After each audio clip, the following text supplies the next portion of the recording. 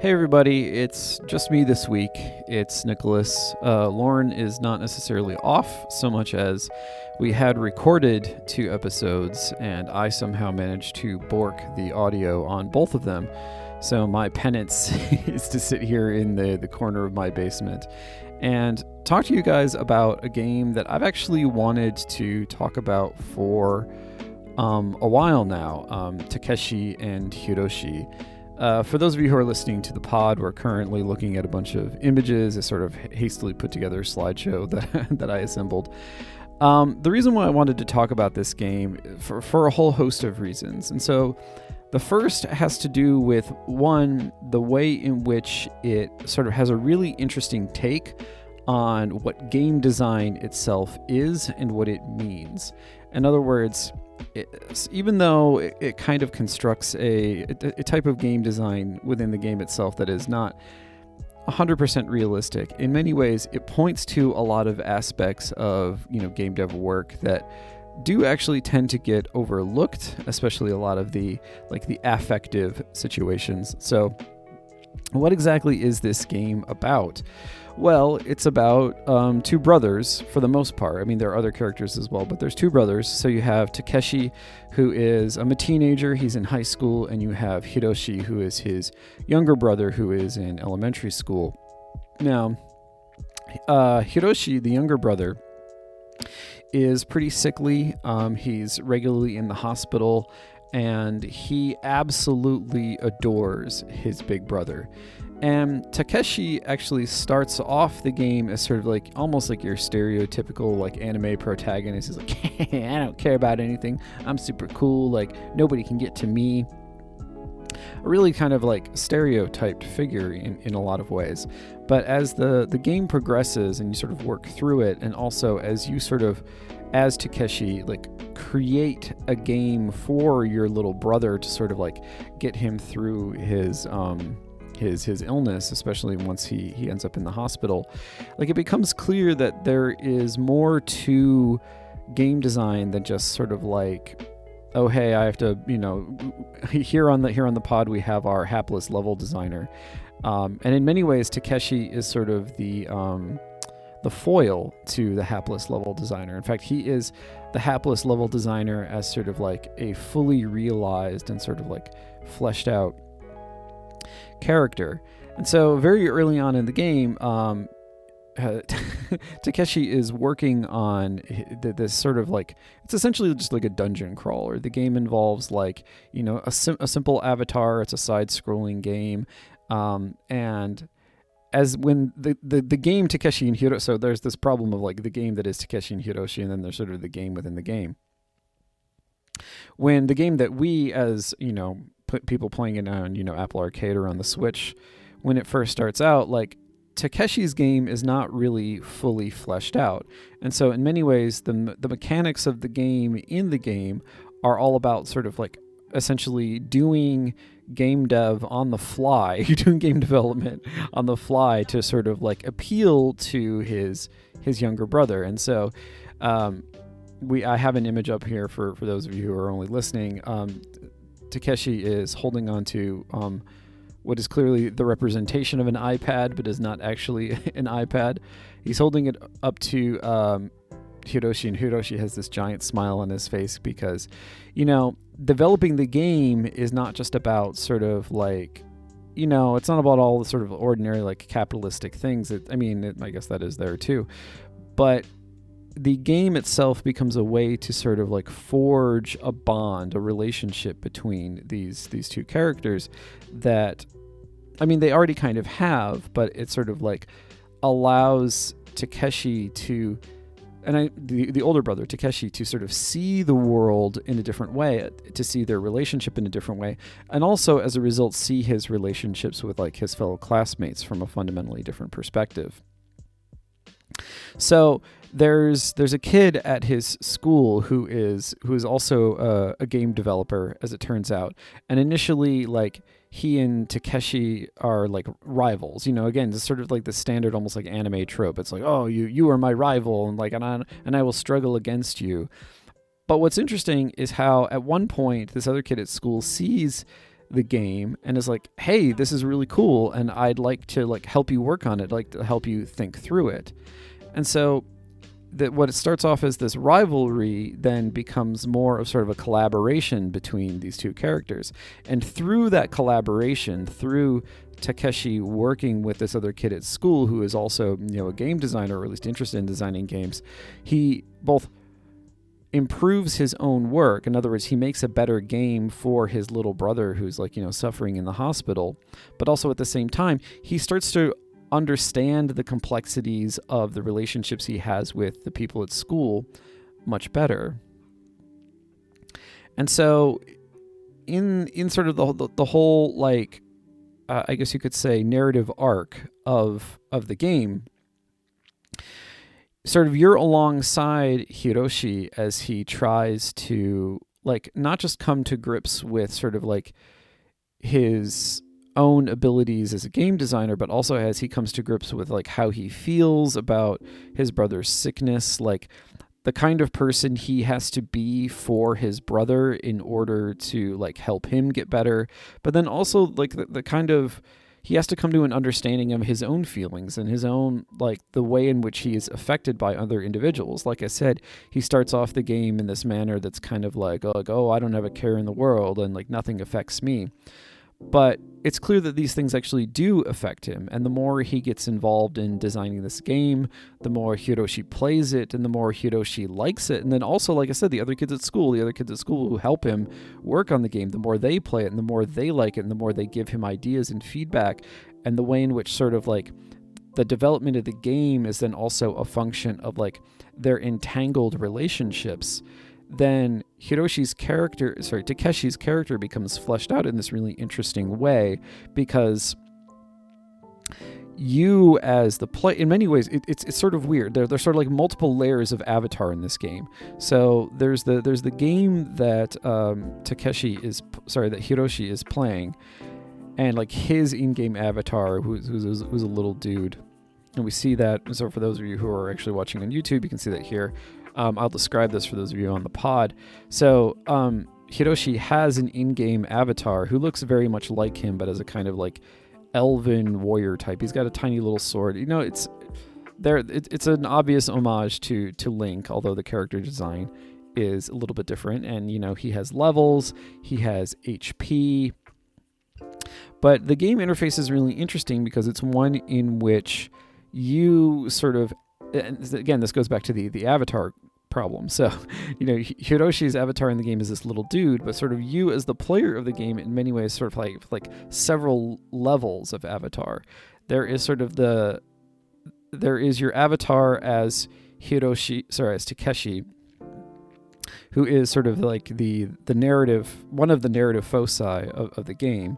But then there's also the way in which you sort of have to act on behalf of Takeshi as you're sort of like putting monsters into this level. So in many ways, it's not, the game doesn't sort of show you and have you manipulate all aspects of game design. You're not like fine tuning things.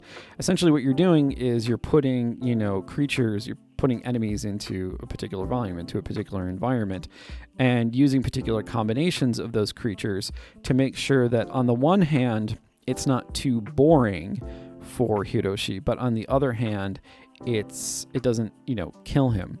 And so there's this interesting way in which sort of like the game in a game gameplay, sorry, a lot of game words there. The game in a game gameplay works is an interesting allegory for the way in which Takeshi actually has to modulate very keenly his own relationships. In other words, at the same time, like he needs to create this game that is sort of good and interesting, but at the same time doesn't like alienate his little brother. And you see that also then reflected in his relationships with his friends at school. Like he both wants to sort of express himself and be himself, but not to such a degree that he then ends up, alienating his own, well, actually what become his friends. Initially, like these people that he's hanging out with, he doesn't think too fondly of them. And so in the game, you create these combos for Hiroshi to fight, and you need him to level up so that way you can, use more interesting monsters, more interesting combinations. And so there's this interesting sort of synergy here where, like, as you create these levels for Hiroshi to play that are both challenging for him so that he actually, like, gains experience and he increases the power of his own character. At the same time, by increasing the power of his character, it also creates an environment in which you as Takeshi can, like, use a wider variety of things. In other words, the more powerful your player characters are, the greater range of things that you can do as a game designer, or sort of a level designer in this case, for the benefit of, your Airsat's little brother within sort of like the frame narrative of the game. So there's this synergistic relationship. And so when I said earlier that there is an aspect of game design that sort of gets kind of overlooked, but that this game I think really highlights, is sort of this interaction between game devs and player bases. And so, for the most of the development of a game, games are, iterated upon. You produce prototypes, and you have versions, and then you have alpha testers and beta testers and so forth. But for the most part, the production of a game kind of occurs in a sort of somewhat cloistered environment. But what's interesting about this game is it seems to suggest implicitly that a game can improve its players. In other words, if you think about sort of like the larger metaphor of sort of like using the game to distract Hiroshi, or to sort of like give him pleasure, give him joy, there is literally a joy statistic in the game, to give him joy as he's going through this like really difficult time in his own life, like, and in a sense sort of cure him psychically almost, that by sort of improving the player's improved condition also improves you as Takeshi, as the game designer. In other words, by cultivating better players, you can make better games. I think that's sort of the implicit message of this game. And the reason why I say that I think that message is there is because the company that designed this game, called Oink Games, which is a Japanese sort of independent Japanese company, a lot of what they do are these sort of really avant-garde game designs. I mean, they do a lot of card games, and they do a lot of very simple games that still sell for a lot because it's Japan. But the point of these often very simple games is to sort of get you to think about not just like what the underlying mechanics are. In other words, it's not just sort of like, a 60s new wave avant-garde sort of thing, but to get you to think about what you can do with the mechanics of a game, how you can like create almost a sort of like social structure around the game that is for like the mutual benefit of everyone involved, not just the player base, but also the designers themselves. And you see this in a lot of the things that Oink Games as a company does. Sorry, I didn't want to go to that slide right real quick. Actually, no, let's go to Takeshi running away in his anger and sadness. Sorry. One of the things that Oink Games does is that they actually sponsor game design workshops in, where are they? They're somewhere in Tokyo. I think they're in Aoyama. And it's through these game design workshops, and like, again, they're fairly, they teach all the same sort of basic like game design concepts that are taught, in any game design program, in North America. However, the difference is that like for them, there is this sort of like totalizing thing that they're doing. So they're developing games that sort of push the envelope of what a game can even be considered, while at the same time teaching people how to make games, while at the same time cultivating a kind of player base that then improves them as game developers. And then so you see all of those ideas embedded in this game, which by the way also has really wonderful like stop motion animation, or sort of like the simulation of stop motion animation. It was done digitally. It wasn't, I don't think they actually animated this.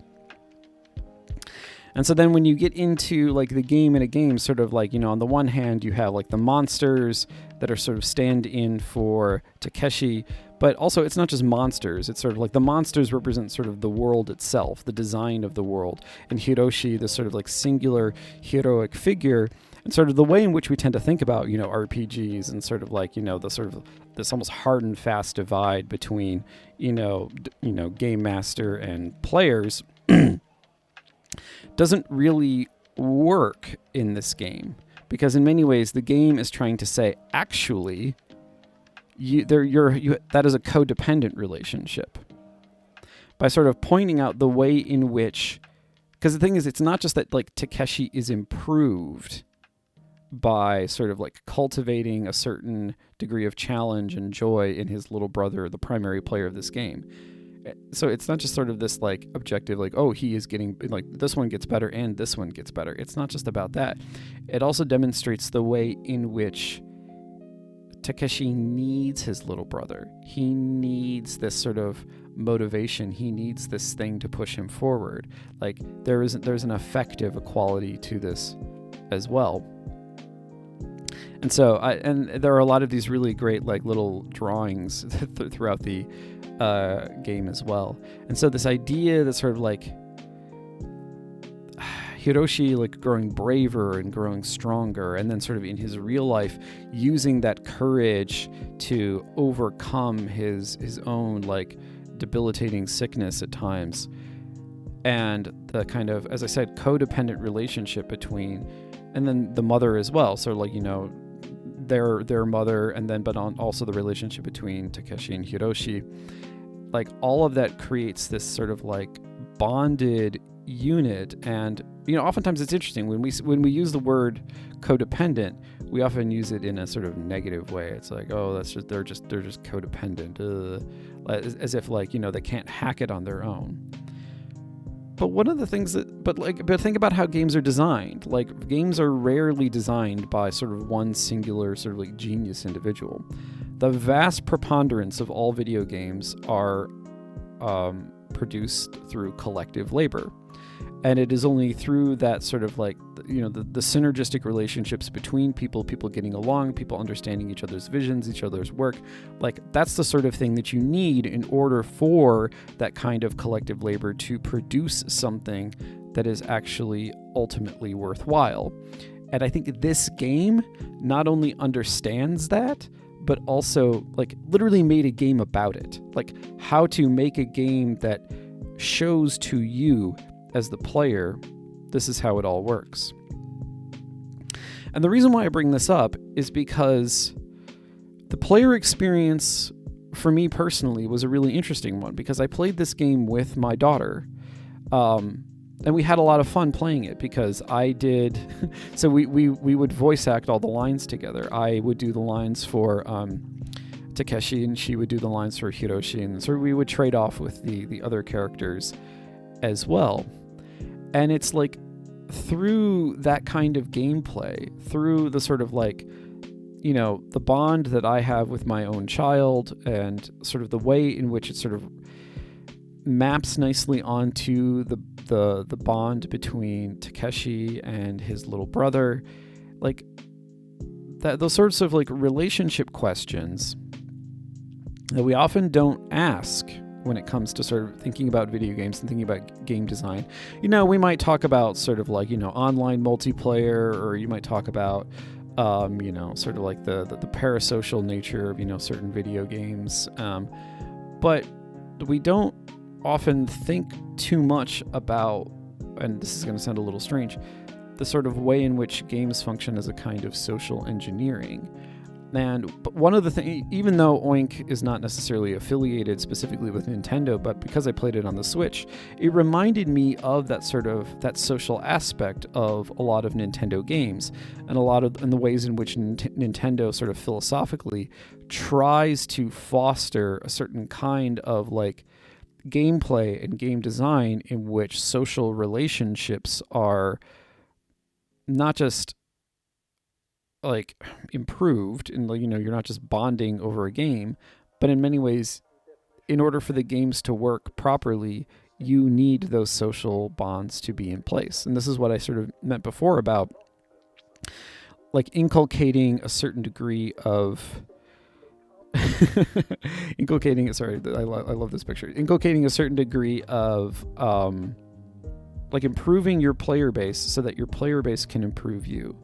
And then the way that maps onto your own relationships, like, you know, I think this game probably would have been a lot of fun individually for my daughter and for myself if we had played it separately. But the experience was improved immensely by playing it together and sort of like understanding our own. Maybe she doesn't have these deep thoughts about it like I did. It's entirely possible that she just thought it was fun and that was it.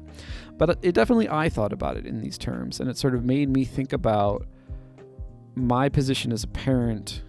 Like, my response. See, the thing is, like, it's very easy to get in this trap where you just think about your responsibilities as a parent. Like, you know, I'm responsible for you. Like, I need to make sure that my child doesn't grow up to be a complete, you know, jerk. But there are times when I'm often reminded of the fact that, like, those relationships improve me as well. And so we find ourselves in, you know, dark times. We find ourselves in a world that is, frankly, feels pretty hostile. But it's games like this that remind me that sort of like challenge and struggle and difficulty are not necessarily things to be abhorred, but rather are oftentimes things to be embraced, precisely because it makes us better. I mean, this sounds so schmaltzy, and I apologize for that if you guys have already sort of tuned out. But like, I think it genuinely is the kind of thing that makes us better people. And I don't know, maybe I'm feeling a little bit overly sentimental about this because of, you know, during COVID, I've been playing a lot of both video games and board games and tabletop stuff, generally speaking, with my family, and especially with my daughter. And my daughter and I have been sort of playtesting a lot of new games together. And I don't know, I wouldn't give that up for the way I was actually starting to cry a little bit, so I'm going to stop the recording. So that's all for this week. It's sort of a short, sort of a short chill rant this week because, like I said, I borked the audio. I want everyone out there to, in these continually trying times, to stay safe, stay healthy, and you don't have to do your homework anymore. Go play some games. Go be with your families.